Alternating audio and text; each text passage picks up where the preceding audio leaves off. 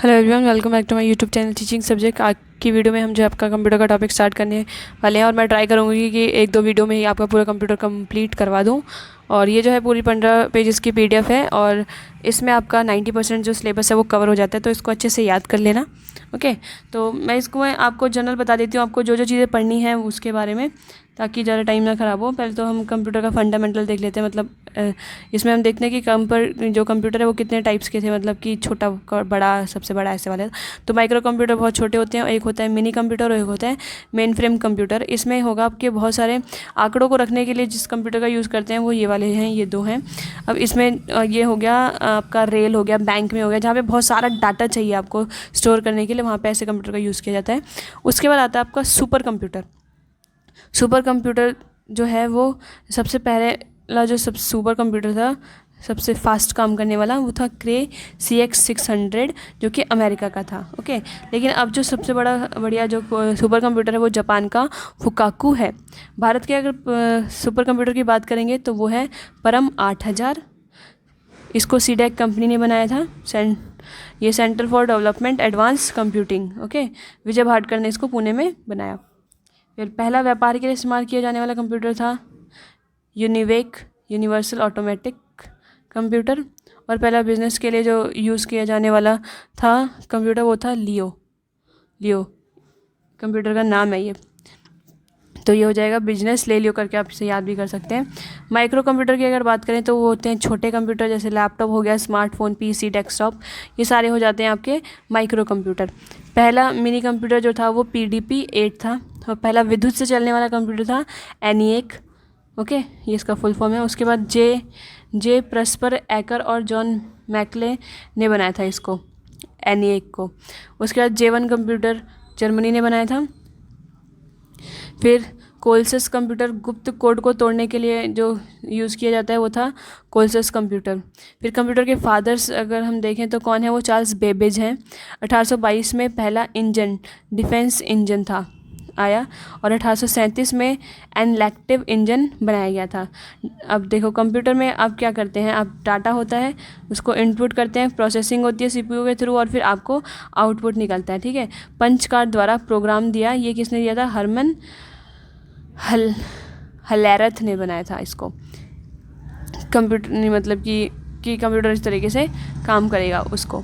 फिर 1842 में लेडी एडा लवलेस अगस्ता ने प्रोग्राम बनाया। प्रोग्राम भी होता है ना, कंप्यूटर के अंदर प्रोग्राम्स होते हैं, तो उसको बनाया। फादर ऑफ कंप्यूटर साइंस को होगा Alan Turing.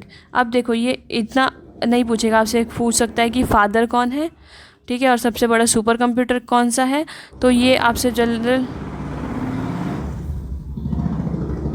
Sorry for the noise, बाहर आवाज़ हो रहा है बहुत। तो देखो ये जनरल आपसे पूछेगा, मेन चीज़ है, ये मैंने पढ़ रखा था इसलिए यहाँ पे आपको बस बता दिया है। मेन आपका सुपर कंप्यूटर, माइक्रो कंप्यूटर और फादर कौन है कंप्यूटर का, ये पूछ सकता है। फिर है कंप्यूटर की पीढ़ी, 5 भागों में है जो कंप्यूटर की पीढ़ी है। इसमें आप देख सकते हैं कि 1942 से 1955 के टाइम जो वैक्यूम ट्यूब वाले जो है 1906 में लैड ई फॉरेस्ट ने लेके आए थे, ये वाला कंप्यूटर चलता था। फिर 1955 में ट्रांजिस्टर वाला। उसके बाद 1964 से 75 के बीच जो है IC इंटीग्रेटेड चिप वाला की और रॉबर्ट नोई ने किल्बी है ये। उसके बाद था 1975 में और 1989 में माइक्रो प्रोसेसर आया, इंटेल 404। और 1989 में, मतलब 5वीं पीढ़ी है, और से लेकर अब तक USI, ठीक है, ये वाला आया है पीढ़ी कंप्यूटर की। इसमें जो है आर्टिफिशियल इंटेलिजेंस आई है, कौन सी में, तो 5वीं पीढ़ी में जो है आर्टिफिशियल इंटेलिजेंस ही आई है, जिसमें कि आप देखते हैं कि जैसे आप देखते हो मेट्रो के गेट अपने आप ओपन हो जाते हैं, सेंसर्स सब लगे होते हैं। तो जो उस तरीके के चीज़ें टेक्नोलॉजी आई है वो आपकी 5वीं पीढ़ी के थ्रू आई है कंप्यूटर की। और भारत ने जो रोबोट है वो है, भारत का जो रोबोट है वो व्याम मित्र है, अंतरिक्ष में भी जाएगा ये वाला। उसके बाद आप बात कर लेते हैं आपके सॉफ्टवेयर और हार्डवेयर के बारे में। सॉफ्टवेयर जो चीज़ आप नहीं छू सकते, और हार्डवेयर जो भी चीज़ कंप्यूटर की आप छू सकते हो, टच कर सकते हो, वो आपकी हार्डवेयर में आ जाएंगी। अब हर जो इनपुट और आउटपुट डिवाइस है वो क्या है, हार्डवेयर है। अब देखियो इनपुट डिवाइस में आपको ले लेते हैं माउस ले लेंगे, और आउटपुट डिवाइस में हम ले लेते हैं आपका प्रिंटर। ये दोनों चीज़ें आप छू सकते हैं ना। तो वैसे ही जो भी हार्डवेयर हैं जिनको आप टच कर सकते हैं, RAM, ROM, BIOS, CMOS, CD, DVD, BRD, hard disk, pen drive, इन सबको आप टच कर सकते हैं तो आपका हार्डवेयर होंगे। और सॉफ्टवेयर वो हो जाते हैं जिनको आप छू नहीं सकते। अब सॉफ्टवेयर जो है, सॉफ्टवेयर एक तरह से सिस्टम होते हैं जो आपके कंप्यूटर में डाल दिए जाते हैं आपके कंप्यूटर को अच्छे से चलाने के लिए। इनको आप इनका फ़ायदा उठा सकते हैं, लेकिन आप इसको टच नहीं कर सकते। तो ये भी सॉफ्टवेयर जो है दो तरीके के होते हैं, एक सिस्टम सॉफ्टवेयर होता है और एक एप्लीकेशन सॉफ्टवेयर होता है। सिस्टम सॉफ्टवेयर होता है कि आपके कंप्यूटर को अच्छे से चलाने के लिए पहले से ही जो कंप्यूटर बनाने वाली कंपनीज़ हैं वो उसमें कोड डाल के देती हैं ताकि आप अच्छे से वर्क कर सको। बेसिक चीज़ें जो है पहले से डाल के मिलती है ना। आपके फ़ोन में भी आपको कुछ चीज़ें, गैलरी हो गया, इसके अलावा आपका म्यूज़िक हो गया, फ़ोटो खींचने के लिए हो गया, तो वो सारी चीज़ें आपके फ़ोन में पहले से इंस्टॉल हो रहती हैं जो कि आपको मोबाइल कंपनी पहले से देती है। सेम वैसे ही कंप्यूटर में भी होता है कि आपको ऑलरेडी सारी चीज़ें उसमें लगा के दी जाती हैं। इसके अलावा एक होता है एप्लीकेशन सॉफ्टवेयर, वो होता है जिसमें कि आपको अपनी सुविधा के अकॉर्डिंग आप कुछ चीज़ें जो है इंस्टॉल कर लेते हैं। जैसे कि फ़ोन में आप लोग कुछ चीज़ें इंस्टॉल कर लेते हैं, जैसे फ़ोटो एडिटर को आपने इंस्टॉल कर लिया। वो फ़ोटो एडिटर आपको फ़ोन वाले ने पहले से लगा के तो दिया नहीं था, आपने बाद में उसको ऐड कर लिया है। तो जो चीज़ें आप, जैसे म्यूज़िक सिस्टम हो गया, तो म्यूज़िक का आपने ऐप जो है डाउनलोड कर रखा है, या फिर कोई मूवी देखने के लिए कोई ऐप डाउनलोड कर रखा है, तो वो जो आपने अपनी सुविधा के अकॉर्डिंग कोई एजुकेशनल ऐप हो गया आपका, उसको आपने इंस्टॉल कर रखा है, तो वो आपने अपनी सिचुएशन के अकॉर्डिंग, अपनी सुविधा के अकॉर्डिंग जो है उन चीज़ों को अलग से इंस्टॉल किया है, तो वो आपका हो जाता है एप्लीकेशन सॉफ्टवेयर, जो कि यूज़र इंस्टॉल करता है और फिर उसका काम हो जाता है, तो उसे डिलीट भी कर सकता है। उससे आपके फ़ोन को पे कोई प्रभाव नहीं पड़ेगा। लेकिन सिस्टम सॉफ्टवेयर है, अगर ये डिलीट हो गए, ख़राब हो गए, तो फिर आपका फ़ोन जो है काम करना बंद कर देगा। सेम वैसे ही आपका कंप्यूटर के अंदर भी होता है कि जो चीज़ें पहले से डली हुई आती हैं वो होता है आपका सिस्टम। अब इसके बिना जो है कंप्यूटर का जो काम है वो नहीं होगा। इसमें एक होता है ऑपरेटिंग सिस्टम। ऑपरेटिंग सिस्टम जो है आपके सिलेबस में है, इसके बारे में इतना डिटेल में नहीं पूछेगा, बस मैं आपको बता देती हूँ कि ऑपरेटिंग सिस्टम क्या करता है। वो हमारी जो भी बात है उसको कंप्यूटर को समझाता है। जैसे हम आई टाइप करते हैं, लेकिन कंप्यूटर की लैंग्वेज तो 0100 ऐसे करके चलती है ना, तो ये IM निकिता ऐसे करके अगर मैं लिखूं, तो इस बात को कंप्यूटर को समझाने का काम कौन करता है? आपका सिस्टम सॉफ्टवेयर। वो आपकी लैंग्वेज को कंप्यूटर की लैंग्वेज में चेंज करेगा और बोलेगा कि अब उसको समझो, तो वो उस तरीके से समझेगा, फिर वो उसी लैंग्वेज में आंसर करेगा और वो हमें जो है दिखाई देगी इन वर्ड्स में, तो वो उधर से आ सकता है ओके, है ना। तो ऑपरेटिंग सिस्टम वही होते हैं जो हमारी बात को कंप्यूटर को समझाने का काम करते हैं। उसके बाद होता है ड्राइवर। ड्राइवर हो गया जो कि आपका हो गया माउस, पेन ड्राइव। पेन को चलाने के लिए छोटे छोटे जो लीड हेडफोन्स बनाए जाते हैं, मतलब देखो कि माउस का यूज़ करना है कंप्यूटर के अंदर, तो माउस के लिए अलग से कुछ सॉफ्टवेयर डाल रखा होगा कंपनी ने, कंप्यूटर वालों ने, ओके। उसके अलावा आपको उसमें जैसे आप टच स्क्रीन है तो उसमें आपको पेन चलाना है टच स्क्रीन वाला, उसके लिए उसमें कुछ ऐप उन लोगों ने इंस्टॉल करके दिए होंगे। आपको गाना सुनना है, लीड लगाने के लिए उन्होंने पहले से उसमें कोई ऐप जो है इंस्टॉल कर रखा होगा, ताकि आपको जब भी लीड लगाने की ज़रूरत पड़े अपने लैपटॉप में तो आप लगा सकें और सुन सकें। तो छोटे छोटे जो फंक्शन के लिए जो दिया जाता है वो था आपका ड्राइवर होता है, जो कि आपके उसमें कंप्यूटर में पहले से इंस्टॉल करके वो देते हैं। फिर एक भाषा अनुवादक होता है कि असेंबली भाषा को मशीनी भाषा में कन्वर्ट करना। सेम वैसे ही सॉफ्टवेयर की, सिस्टम सॉफ्टवेयर की तरह कि आपको ऑपरेटिंग सिस्टम की तरह कि आपकी जो भी लैंग्वेज है उसको समझाएगा कंप्यूटर को, और कंप्यूटर की भाषा को आपको समझाएगा, वो होता है। अब कंपाइलर प्लस इंटरप्रेटर हाई भाषा को मशीनी भाषा में बदलते हैं। याद रखना कि कंपाइलर और इंटरप्रेटर इसी में रहता है भाषा अनुवादक में, कि हाई भाषा को मशीनी भाषा में कन्वर्ट करते हैं। अब भाषा अनुवादक ये वाला आप में नहीं आएगा तो इसको हम छोड़ देते हैं। फिर आता है मेमोरी को देखते हैं कि मेमोरी जो है आपकी दो तरह की मेमोरी होती है। एक होती है रैम और एक होती है रोम। दो तरह की होती है रैम और रोम। अब दोनों को पढ़ के समझ लेते हैं हल्का सा, कि रैम जो होती है वोलेटाइल मेमोरी होती है, मतलब कि लाइट गई तो डाटा जो है चला जाएगा। फॉर एग्जांपल आपने खोल रखा है अपना लैपटॉप खोल रखा है और आप उसमें कोई पेंट कर रहे हैं, और सॉरी लैपटॉप नहीं, कंप्यूटर की बात करेंगे क्योंकि तब आपको अच्छे समझ आएगा। ये है आपका कंप्यूटर और इसमें जो है लाइट से कनेक्टेड है वायर। ओके, आपने ड्राइंग का पेज खोल रखा है और वो अचानक से लाइट चली जाती है तो आपका ये जो ड्राइंग का पेज है वो वापस से वहाँ से हट जाएगा, और आपका जब आप खोलोगे दोबारा से कंप्यूटर को रीओपन करोगे लाइट आने के बाद, तो आपका दोबारा से आप जो फ्रंट पेज होता है आपका वो दिखाई देगा, आपको खुला हुआ जो पेज था ड्राइंग का वो नहीं दिखाई देगा। तो ये वही बता रहा है कि डाटा जो है इसमें गायब हो जाता है, ये वर्तमान में काम करता है, लाइट गई तो डाटा आपका गया, आपको दोबारा से सारी चीज़ें करनी पड़ेंगी। इसको तो जो रैम है उसको मुख्य मेमोरी भी कहते हैं और इसको अस्थायी मेमोरी भी कहते हैं, क्योंकि लाइट जाने पर इसका डाटा जो है उड़ जाएगा। डी रैम होता है जिसमें कि हम चेंजेस कर सकते हैं, और एस रैम होता है जिसमें कि हम चेंजेस नहीं कर सकते। उसके बाद आता है रोम। जैसे मैंने आपको बताया कि दो तरीके की मेमोरी होती है, एक रैम होती है और एक रोम होती है। तो रोम क्या है, एक स्थायी मेमोरी होती है, मतलब कि अगर लाइट गई तो आपका डाटा डिलीट नहीं होगा। ओके, वहीं से स्टार्ट होगा जहाँ पे आपका छूटा था। तो ये होता है रीड ओनली मेमोरी। 3 टाइप की होती है ये। पी रोम होता है प्रोग्रामेबल रीड ओनली मेमोरी, इसमें जो है डाटा कभी नहीं मिटता। आपको बताया ना कि रोम जो है डाटा आपको परमानेंट रखता है, लेकिन कभी तो ऐसी सिचुएशन आएगी कि आपको इसको डिलीट करना होगा, है ना। तो उस टाइम पे आप कैसे करेंगे उसके बारे में यहाँ बता रहे हैं कि एक पी रोम होता है, इसका डाटा आपको कभी नहीं मिटेगा। तो जैसे बड़ी बड़ी कंपनीज होती हैं वो इस तरीके का ले सकते हैं, क्योंकि उनको अपना डाटा जो डिलीट कभी नहीं करना, तो उसमें ये यूज़ हो जाएगा। एक होता है ई पी रोम होता है कि erasable programmable read only memory, मतलब कि पराबैंगनी किरणों की मदद से जो हम इसके डाटा को डिलीट कर सकते हैं, मिटा सकते हैं। फिर एक आता है E P ROM. E P ROM sorry E P ROM है कि electrical erasable programmable read only memory, इसमें कि बिजली से जो है डाटा को मिटा सकते हैं।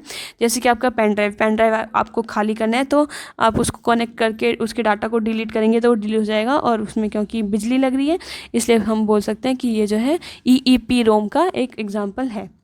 फिर आता है एक सी डी रोम का डाटा भी जो है इसी तरीके का होता है, पी रोम की तरह। किस तरह, पी रोम की तरह, मतलब कि ये मिटने वाला नहीं है, मिटेगा नहीं, इसे फर्मवेयर बोलते हैं डाटा को। ओके, अब रोम की चिप के बारे में है तो ये तो नहीं आएगा आपके में, तो इस पे इतना ध्यान नहीं देना, पीडीएफ में होगा तो इसको स्किप कर देना। ओके, जितना मेन है उसी को पढ़ते हैं। सीमोस हो गया, इसी के बारे में है ये। नेक्स्ट पेज पे देखते हैं मेमोरी। देखो अभी हमने 2 तरीके की मेमोरी देखी, एक होती है प्राथमिक मेमोरी। प्राथमिक मेमोरी में आपका क्या आता है, प्राथमिक मेमोरी में आता है आपका रैम और रोम। ओके, उसके बाद एक होता है ये सेकेंडरी मेमोरी। सेकेंडरी मेमोरी जो होती है हम एक्स्ट्रा चीज़ें लगा के मेमोरी को स्टोर करते हैं। जैसे आप अपने फ़ोन में मेमोरी को रखते हैं ना, उसकी इतनी जीबी की मेमोरी डाल लेते हैं। पहले तो कुछ मेमोरी फ़ोन की खुद की होती है, तो वो रोम सी डी रोम वो रोम और रैम की में उसको हम काउंट कर लेंगे। लेकिन आप एक्स्ट्रा आपका जो डाटा है वो फुल हो गया, आपका जो मेमोरी है फुल हो गया फ़ोन का, तो आप एक्स्ट्रा मेमोरी कार्ड लगाते हैं। सेम वैसे ही लैपटॉप हो गया, कंप्यूटर में जो लगता है एक्स्ट्रा डाटा मेमोरी को सेव करने के लिए, वो होता है आपका सेकेंडरी मेमोरी। अब ये होता है एक सीडी देखिए आपने, सीडी में आपका जो है 700 MB तक का जो डाटा है उसमें स्टोर कर सकते हैं। एक होता है डीवीडी जिसमें कि आप 4.7 GB का डाटा रखेंगे। एक होता है बीआरडी जिसमें 15 से 32 GB का डाटा रहेगा, और पेन ड्राइव होता है MB में GB में जो है डाटा, मतलब कि MB और GB में जो है डाटा को स्टोर करता है। और हार्ड डिस्क होता है जो टेराबाइट में डाटा को स्टोर करता है। अब याद रखना हार्ड डिस्क सबसे बढ़िया होता है क्योंकि ये बहुत ज़्यादा वाले डाटा को स्टोर करके रखता है। ओके, एक होती है कैश मेमोरी। कैश मेमोरी में आता है कि रैम की गति को तेज़ करने के लिए, जैसे मैंने आपको बताया यहाँ पे रैम रोम पढ़ा ना, ये पढ़ा रैम रोम। तो रैम की गति को तेज़ करने के लिए, ये रैम की गति को तेज़ करने के लिए जो मेमोरी का यूज़ किया जाता है वो है कैश मेमोरी। यहाँ पे कैश मेमोरी, और ये सीपीयू और रैम के बीच में काम करती है और 4 GB का स्टोरेज लेती है। उसके बाद ये बिट के बारे में आपसे पूछ सकता है कि बिट में कितने निब्बल होते हैं, तो इस तरीके से तो आपको याद रखना है कि ये लाइन याद रखनी है। 1 के बी के मांगता है PJ, 1 के बी के मांगता है PEJ। ओके, तो इसमें आपको रखना है कि जो बिट है वो 0 या 1 में होगा। तो 4 बिट मिला के आपका एक निबल बनता है, याद रखना है आपको ये। ऐसे 4 बिट मिलाकर एक निबल बनता है। अब ऐसे याद करना, ये देखो ब से बिट होगा, न से वो निबल होगा, ठीक है। ये क्या हुआ, अब यहाँ से 8 जो बिट होता है वो आपका 1 बाइट के बराबर होता है। 1024 बाइट है 1 किलोबाइट के बराबर होता है। 1024 किलोबाइट है 1 MB के बराबर होता है। तो ऐसे इसका है पूरा, तो ये आपको याद रखना है। तो इसको याद करने के लिए ऐसे करना है, 1 के BK मांगता है PJ, बिट निब्बल, फिर बाइट हो जाएगा, फिर आ जाएगा आपका किलोबाइट, फिर मेगाबाइट, फिर गीगाबाइट, फिर टेराबाइट, फिर हेक्टाबाइट। ऐसे जो है पूरा आपका PB EB JB सब आ जाएगा। फिर आता है आपका इंटरनेट। इंटरनेट भी है आपके सिलेबस में, तो देख लेते हैं इसके बारे में। जो इंटरनेट है वो 1970s में अमेरिका लेकर आया, एरपानेट कहा गया उसको। Advance research project agency network, army के लिए ये जो है इंटरनेट लाया गया था, इन्फॉर्मेशन प्रोवाइड करने के लिए, काम को जल्दी फास्टेस्ट मोड में करने के लिए। इसके अंदर 2 प्रोटोकॉल से को जो है इसको जोड़ा गया था, मतलब पूरी दुनिया में 2 प्रोटोकॉल के थ्रू इंटरनेट को प्रोवाइड किया गया था, पूरी दुनिया में पहुंचाया गया था। एक था TCP और एक था IP, ट्रांसमिशन कंट्रोल प्रोटोकॉल और इंटरनेट प्रोटोकॉल। ओके, तो ये था TCP और IP, इंटरनेट प्रोटोकॉल। ये 2 प्रोटोकॉल के थ्रू जो है इंटरनेट को पूरे वर्ल्ड में पहुंचाया गया था।